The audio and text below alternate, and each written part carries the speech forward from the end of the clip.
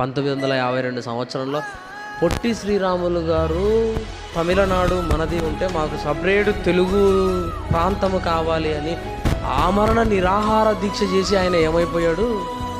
చచ్చిపోయాడండి. చచ్చిపోతే ఎన్ని సంవత్సరాలు అయిందండి ఇప్పటికీ ఆ రోజు రాగానే ఆయన గురించి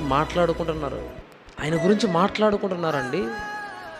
అంటే ఆయన ఇప్పుడున్న వాళ్ళందరికీ ఒక మార్గదర్శకం. అలాగే బైబిల్లో ఉన్న వాళ్ళు ఎంతోమంది ఉన్నారు కదా.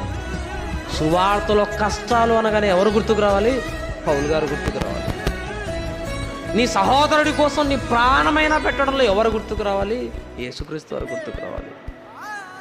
నీ ప్రాణం పోతున్న ఒకరిని నువ్వు చూడాలనుకుంటున్నావా? ఆత్మీయులను బాగుండాలనుకుంటున్నావా? ఒక ఎపఫ్రోదీతు మీకు గుర్తుకు రావాలి. ఇలా ఉండాలండి మనం, ఇలా గుర్తుకు చేసుకోవాలండి వాళ్ళను.